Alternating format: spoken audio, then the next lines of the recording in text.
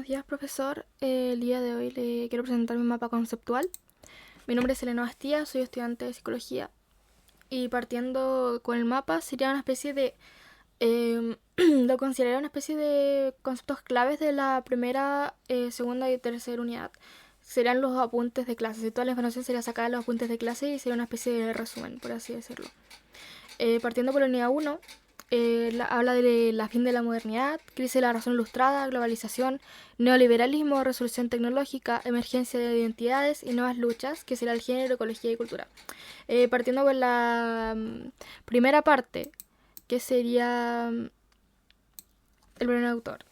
Habermas habla sobre la racionalidad comunicativa.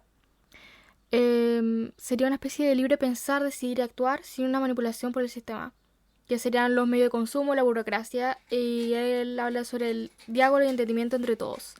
O sea, sería mediante el diálogo y el entendimiento lo que permitiría la racionalidad comunicativa. El segundo autor se llama Alasdair MacIntyre. Él habla sobre la modernidad descontrolada y revalorización de la tradición. La sociedad ha perdido sus valores comunes, por ejemplo, intereses personales, por culpa de los intereses personales, más que por un bien común. Él habla de reinsertar el papel de la religión para volver a reincorporar virtudes olvidadas. En la segunda unidad se recalca más el hecho de esto de la religión y lo demás, sobre que se quieren recuperar valores sobre la religión. El tercer autor, Charles Taylor, habla del comunitarismo e identidad de la sociedad plural. Charles Taylor critica el individualismo moderno y propone recuperar el valor de las tradiciones y la comunidad. Plantea que la identidad humana se forma en relación a los demás y defiende al comunitarismo democrático que promueve la participación, el diálogo y la solidaridad con una sociedad diversa y secular. El siguiente autor se llama Zygmunt Bauman, modernidad líquida, fragilidad de vínculos comunitarios. Él describe que la sociedad es como líquida, cambiante, consumista e insegura, donde los valores, las relaciones y los compromisos se vuelven muy débiles y se disuelven muy fácil. Invita a recuperar solidaridad, la empatía y el sentido de la comunidad frente a lo que es la fragilidad moderna. Y respecto a la modernidad líquida es lo mismo, o sea, todo es muy débil, cambiante constantemente, no se quedan muchas cosas. Martha Nussbaum habla de capacidad humana, historias situadas y ética de la vulnerabilidad. Critica el modelo económico que mide el desarrollo solo por el crecimiento material. Propone un enfoque de las capacidades junto a Amartya Sen. El verdadero desarrollo consiste en ampliar las libertades reales de las personas. Ella defiende la ética y más inclusiva, o sea, de la justicia, porque quiere que se reconozca también a las personas que son como ajenas al contrato racional. Niños, discapacitados, vulnerables y los adultos mayores, en este caso. Ella quiere reconocer la fragilidad humana, que no es una debilidad, es un punto de partida para construir una comunidad más justa y solidaria. El siguiente autor sería John Gray. Él critica el progreso y el mito de la democracia. Él nos habla desde una vista tras el 11 de septiembre en Estados Unidos, este incidente de las Torres Gemelas. Él lo menciona como un engaño político que es usado por las potencias occidentales para justificar su dominio y proteger el capitalismo. Considera que la idea de progreso es una utopía peligrosa, o sea, una especie de fantasía, que promueve la salvación de la humanidad que conduce a nuevas formas de violencia. Esta especie de salvación provocaría violencia para las personas. Afirma que la democracia liberal es un gran mito, es un mito, la democracia, que es utilizado para mantener el poder político. Advierte que el riesgo de repetir proyectos totalitarios bajo discursos idealistas salvadores es riesgoso, peligroso. El segundo recuento ya sería como otra especie de punto de vista, iniciando por otros autores que también se repiten en la unidad. Jane Bátimo, pensamiento débil, pluralismo y crítica a la verdad absoluta. Pensamiento débil, lo cual significa que la posmodernidad está abierta a la novedad y la diversidad que esto conllevaría. El pluralismo se refiere a la distinta manera que tiene la gente de entender el mundo. Y no hay una verdad absoluta como en este caso postularía la Iglesia. Él habla de que hay otras maneras de ver el mundo. No es exactamente como postularía la Iglesia. La otra autora, Judith Butler, Género performativo, teoría queer, Actualmente me han estado pasando a esta autora en Sexualidad Humana. Ella refiere que el género es algo cambiante mediante el comportamiento, no es algo estático. La teoría queer significa que, o sea, nos habla de algo que no es algo normativo. No hay algo que es normativo ni correcto. Ella habla de que no hay una forma correcta de actuar en cuanto al género. Si uno es hombre o mujer, no hay una manera correcta de actuar. La segunda autora, Donna Haraway, habla del cyborg y el antropoceno. Es un vínculo humano, tecnología y naturaleza. Ella habla de una analogía que sería el cyborg, haciendo una referencia a lo que está industrializada la humanidad y cómo esto va dejando huella en el planeta. Lo que sería esta huella dejada en el planeta, en la naturaleza, sería descrito como el antropoceno. Y exclamando cómo esto eh, provoca que la diferencia entre lo humano y la tecnología es muy difuso, no hay un límite claro. Por eso habla de la analogía del cyborg, porque es una especie de máquina humana, por así decirlo. Ya no hay respeto por la naturaleza, hay marcas que ya no van a salir nunca, la contaminación, todo respecto al... No hay respeto por lo diverso que es el sistema, los biosistemas, la biodiversidad que hay en el mundo. La siguiente autora será Sherry Torkle, habla sobre la cultura digital y la pérdida de la empatía.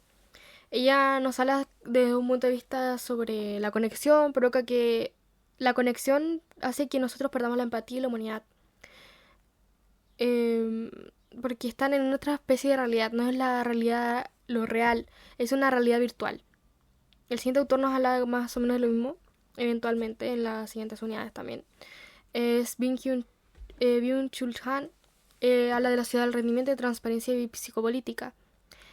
Esto es textual del texto de la unidad 1. Habla del capitalismo neoliberal caracterizado por un exceso de productividad y por el hiperconsumo. El apunte número 1. Nos autoexplotamos de forma inalcanzable y la psicopolítica explica cómo gente cree estar haciendo lo que quiere. Pero es algo que realmente está impuesto por un sistema. Y aquí hago una relación entre el corto Happiness, que estaba al principio de la unidad, que lo explicaría de buena manera, porque en este caso las ratas serían como serían los humanos en este caso. Y cómo esta persona o rata anda buscando constantemente lo que consideraría la felicidad porque se le pone ahí encima, se le pone delante. Ah, esto te va a dar felicidad. Esto te va a hacer feliz, esto te va a hacer sentir completo. Pero siguen saliendo cosas, eventualmente todo, drogas, alcohol, consumismo, todo, eventualmente. Al final termina, como vemos en el corto, termina atrapado como en una especie de trampa de ratas. Y esto sería el sistema. Empieza a trabajar en una oficina y están todas las personas trabajando, muchas personas trabajando en lo mismo. Y sin que se diera cuenta al final. Sería como una especie de trampa, como decía. La siguiente persona sería Slavoj Zizek, habla de la ideología y deseo crítica al capitalismo global. Nos habla sobre que el sujeto debe confrontar lo impuesto como si fuese un espejo, porque sería una falsa realidad impuesta por como una ideología. Sería que nosotros ver lo que sería nuestra realidad, vernos como desde fuera.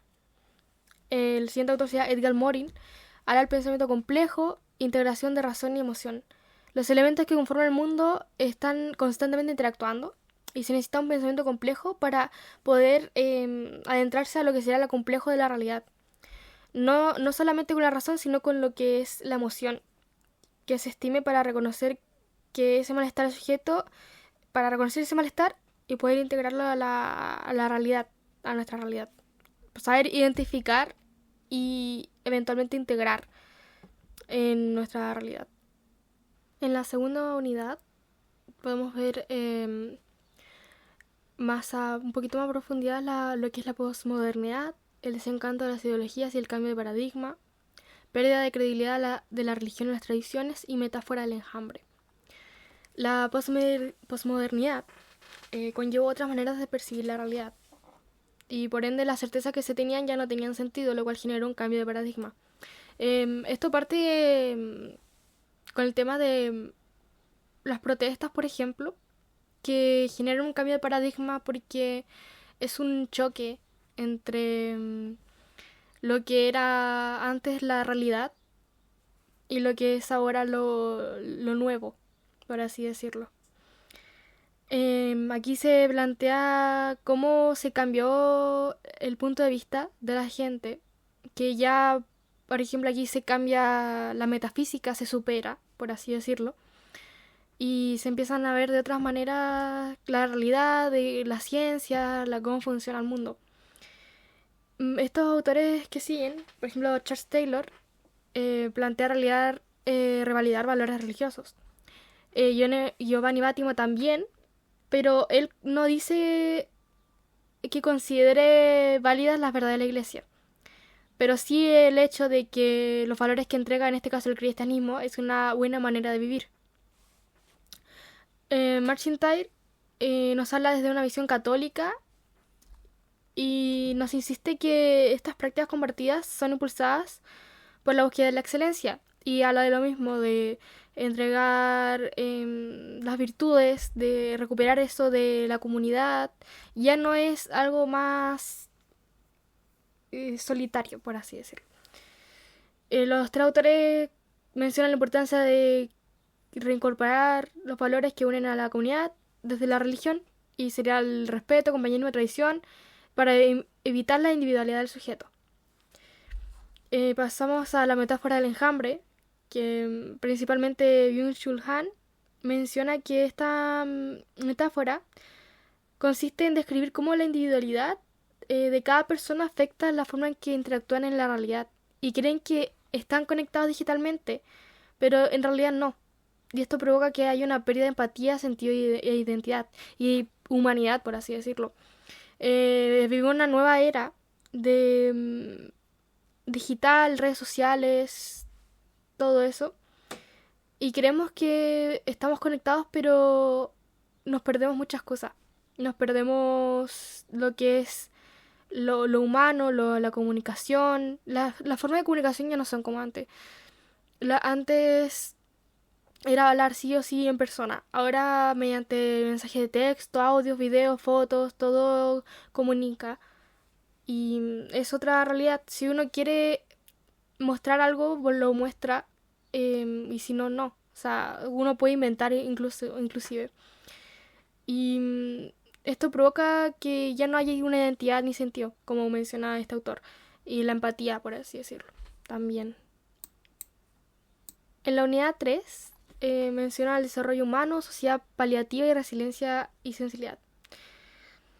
Pese a que su estudio sea complejo y a veces subestimado, algunas ideas filosóficas influyen en la sociedad y la cultura, puesto que esta presencia se encuentra evidenciada en la política, el arte, el diseño de programas de desarrollo, la conducción de movimientos sociales, la interpretación de cada persona que tiene la sociedad. Cada una puede interpretarlas y puede buscar el punto de vista que considere correcto, porque hay muchos pensadores que tienen un punto de vista distinto y uno puede elegir, puede decidir qué es lo que quiere. Oxfam plantea que el desarrollo humano debe concentrarse en las capacidades de las personas, que se diferencien las internas y combinadas. Promueve así la dignidad, la igualdad y el bienestar a través de las políticas, educación y comunidades.